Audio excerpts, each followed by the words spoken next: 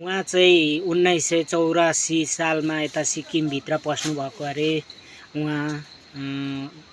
उहाँलाई चाहिँ आफ्नो गाउँमा चाहिँ गैँडे भनेर पनि चिन्नु हुँदो रहेछ, तर यहाँतिर चाहिँ बोमबहादुर गुरुङ भनेर उहाँलाई चाहिँ प्राय चिन्ने गरेको छ। उहाँको नेपालको चाहिँ ठेगाना चाहिँ तेह्रथुम जिल्ला, गाउँ अठराई, युवा गाविस, वडा नम्बर 6 भन्नु हुँदैछ। उहाँलाई तपाईहरुले चिन्नु हुने जति पनि दर्शकहरू हुनुहुन्छ, मेरो भ्युवर्सहरू हुनुहुन्छ, नेपालका भ्युवर्सहरू हुनुहुन्छ, उहाँलाई चाहिँ चिन्नु हुनेले सम्पर्क गरिदिनु होला। उहाँ चाहिँ अहिले सिक्किममा हुनुहुन्छ।